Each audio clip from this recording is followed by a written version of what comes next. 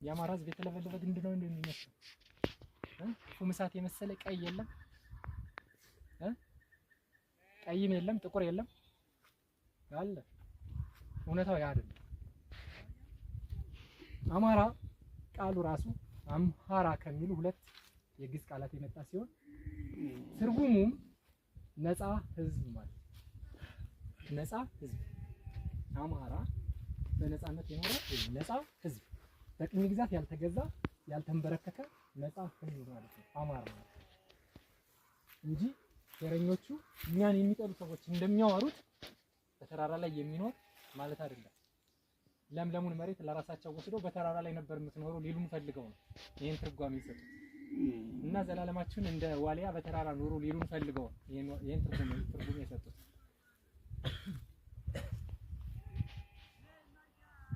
የተለበለበ ግንድ ማለት መቻል ወይም ጥቁር ማለት አይደለም አማራ ማለት አማራ ቢያንስ ሶስቱን ቀለማት ጥቁር ቀይና ቀይ መልኩ ላይ የሚታይበት ህዝብ ነው። ስለዚህ አማራ ማለት በተራራ ላይ የሚኖር ማለትም አይደለም የተለበለበ ግንድ የሚመስል ፊት ያለው ማለትም አይደለም። አማራ ማለት ነፃ ህዝብ ማለት ነው። በእርግጥ ያ ነፃነት ዝም ብሎ የመጣ አይደለም። በአባቶቻችን በአያቶቻችን በጥንቶቻችን ደምና አጥንት መስዋዕትነት የመጣ ነው። ለነፃነታቸው አያቶቻችን ቅድመ አያቶቻችን ያልከፈሉት ዋጋ የለም፣ ያልከፈሉት መስዋዕትነት የለም። ያ መስዋዕትነት ተከፍሎ ነው ነፃ ህዝብ ሆነን የቀጠልን። የነፃነት ተምሳሌት ሆነን እስከመጨረሻ የኖር ነው በእነሱ በከፈሉልን ዋጋ ነው እንጂ ዝም ብሎ የመጣ አይደለም። ስለዚህ አማራ ስንል ነፃ ህዝብ ማለት ነው። ትርጉም ነፃ ህዝብ ማለት ነው። የዚህ ዛሬ የምንወያይበት ርዕስ ዓላማ አንደኛው ዓላማ የነበረንን ማየት ነው። ስለ አማራ ህዝብ ታሪክ ወይ በታሪካዊ እይታ ውስጥ ስለ አማራ ህዝብ ታሪክ ስናወራ የአማራ ህዝብ የታሪክ ከፍታዎች ከመሬት ስፋቱ፣ ከታሪኩ ርዝመት፣ ከአኗኗሩ፣ ከእሴቱ፣ ከጥበቡ አንጻር ነው የምናወራው። ስለዚህ የነበረንን ነው የምናየው። የመጀመሪያው የስልጠናው ዓላማ እሱ ነው። ሁለተኛው በታሪኩ ውስጥ ስብራቶችን መለየት። የአማራ ህዝብ ስብራቶች፣ የታሪኩ ስብራቶች ምንድን ናቸው? መቼ እነማን ታሪኩን ሰበሩት የሚለውን እናያለን። ወይም የአማራን ህዝብ መቼ እነማን ሰበሩት የሚለውን እናያለን። በዛ ምዕራፍ ውስጥ ታሪካዊ ጠላቶቻችን እናያለን። ሶስተኛው የዚህ ስልጠና ዓላማ ከነበረን ተነስተን ስብራቶችን ለይተን ዛሬ ላይ ሆነን ነገን የሚበይን ርዕዮተ ዓለም ወይም መንግስታዊ ፍልስፍና መውለድ ነው ለዚህ ህዝብ። ስለዚህ የዚህ ስልጠና ሶስቱ ዓላማዎች እነዚህ ናቸው። ሶስቱ ዓላማዎች እነዚህ ናቸው። ስለዚህ ሳንሰለች ስለ አማራ ህዝብ በተነገረ ቁጥር በሚነገርበት ቦታ ሁሉ የአማራን ህዝብ ታሪክ፣ የአማራን ህዝብ የስነ መንግስት፣ የስነ ጥበብ፣ ፍልስፍና ወዘተ ታሪኮች በደንብ ማወቅ፣ በደንብ መማር፣ በደንብ መስማት ይኖርብናል። ለምንድን ነው ከተባለ ሰው የበላውን ይመስላል። እምንበላውን የሚመስል መልክ ነው የሚኖረን። በተመሳሳይ ሁኔታ የምንማረውን ወደ ውስጣችን የምንወስደውን እውቀት የሚመስል ኑባሬ ወይም ማንነት ነው የሚኖረን። ስለዚህ በእውቀት ከተገነባን በአማራ ህዝብ የታሪክ ልህቀቶች ልክ ከተገነባን እኛም ጥሩ ሰዎች ጥሩ አማራዎች ነው የምንሆነው።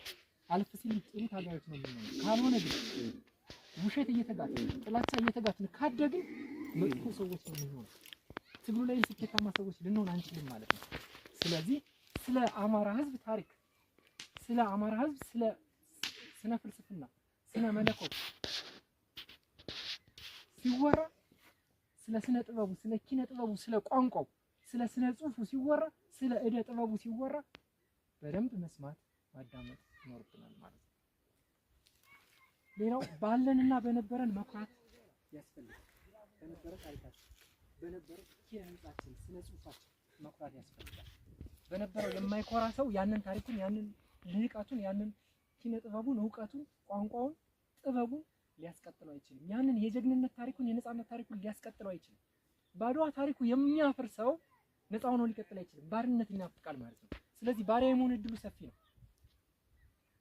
ስለዚህ ነፃ ህዝብ ሆነ እንድትቀጥል ምን ያስፈልጋል ማለት ነው? በትናንት የአያቶች ጀግንነትና ጀብድ መኩራት ይኖርባል። ስትኮራ ነው ያንን ታሪክ የምትጠብቀው የምታሳድገው በልጆች አእምሮ ውስጥ የምትዘራው ያንን ነገር በዛ ስትኮራ ስትመካበት ነው ስትወደው ነው የኔ ነው ስትንከባከበው። ስለዚህ የግድ ስለ ህዝባችን ስለ ራሳችን ስለ አያቶቻችን ስለ ቅድመ አያቶቻችን በጥቅሉ ስለ አማራ ህዝብ ታሪክ ሲወራ በጣም በንቃት በጣም በተመስጦ በጣም በመቆርቆር ነው ልንሰማ የሚገባው ማለት ነው። ሌላው ስለ አማራ ህዝብ ታሪክ ስንሰማ እግረ መንገዳችንን ዛሬያችንን ያበላሹ መታጠፊያዎች የታሪክ መታጠፊያዎች አሉ። ዛሬያችንን ያበላሹ የታሪክ መታጠፊያዎች የታሪክ ስብራቶች አሉ። እነሱን መለየት ይኖርብናል። በተለይ ታሪካችንን ያበላሹ ዛሬያችንን ያበላሹ ስብራቶችን ወይም መታጠፊያዎችን ስናዳምጥ ስንሰማ በተመስጦና በመታመን ጭምር ከውስጣችን እየቆጨን ጭምር መሆን መቻል ይኖርብናል። ተመስጦ የሚጎለው መስማት ከንቱ ነው። በዚህ ሰምተህ በዚህ ነው የምታፈሰው፣ በዚህ ሰምተህ በዚህ ነው የምታፈሰው፣ ወይም በዚህ ሰምተህ በዚህ ነው የምታፈሰው። ስለ አማራ ህዝብ ታሪካዊ መታጠፊያዎች ስለ ስብራቶቹ ስትሰማ እየታመን እየተቆጨ ነው መስማት ያለው ከውስጥ በተመስጦ ያ ካልሆነ ዋጋ የለም። ሌላው ስብራቶችን ከለየን በኋላ የትንሳኤ በሮችን መፈለግ እና መለየት ያስፈልጋል። የአማራ ህዝብ ከዛ የታሪክ ህመም ውስጥ የሚወጣበት የትንሳኤ በሮች መለየት መውጫ መንገዶች መለየት ያስፈልጋል ማለት ነው። መለየት ያስፈልጋል። ዛሬ ላይ እንደምታውቁት ታሪካችን ታምኖ እርስ በርስ አንከባበር እንደ ሀገር ለመቀጠል እንኳን ተስፋችን በጣም ትንሽ ነው። ሀገሪቱን የሚመራት ስርዓት ብልጽግና ይሉት ስርዓት እንኳን መንግስታዊ ስርዓት እንኳን አይደለም።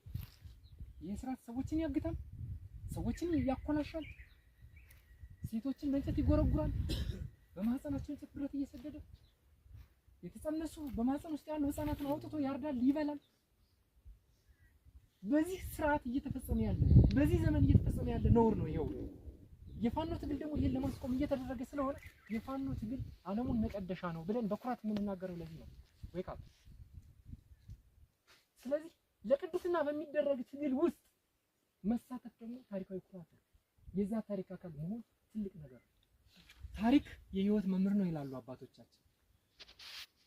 ስለ ትናንት ታሪካችን ስናወራ ዓላማው እንድናቀው ብቻ አይደለም፣ እንድንማርበትና ትናንት የሰበሩን አካላት ደግሞ እንዳይሰብሩ የትናንት የታሪክ መታጠፊያዎች መልካሞቹን እየወሰድ እየተጠቀምንባቸው መጥፎ መታጠፊያዎችን ደግሞ እኛን የጎዱ መታጠፊያዎችን ደግሞ እንድናስወግዳቸው ነው፣ ቀድመን እንድንከላከላቸው። ስለ አማራ ህዝብ ታሪክ የምናወራው በዚህ ርዕስ። ነገር ግን ስለ ታሪካችን ስናወራ በነበረን ስንኮራና ስንመካ ዛሬ ላይ ነገ ትውልዱ የሚኮራበት ታሪክን ለመስራት ሁልጊዜ መጓጓት፣ ሁልጊዜ መጣር፣ ሁልጊዜ መሞከር አለብን እንጂ በስንፍና ተቀምጠን አይደለም። ልክ አሁን ተጠራርተን የታሪኩ አካል የዚህ የትግል አካል ለመሆን የታሪኩ አካል ለመሆን እንደመጣ ነው ሁሉ ስልጣናችንን በጥንቃቄ ጨርሰን የታሪኩ አካል ሆነን ባለቤት ሆነን በተግባር ሜዳው ላይ መገኘት ይኖርብናል። እንዲያ ካልሆነ የትናንትን ታሪክ በመንገር ብቻ የትናንትን መጥፎ ነገርም ሆነ መልካም ነገር በማውራት ብቻ ትውልድን ማስቀጠል ታሪክንም ማስቀጠል አይቻልም። ታሪክ ደግሞ ቅብብሎሽ ነው፣ የትውልድ ቅብብሎሽ። እሱ ላይ በጣም መጠንቀቅ ለዛ የምንመጥን መሆን ይኖርብናል ማለት ነው።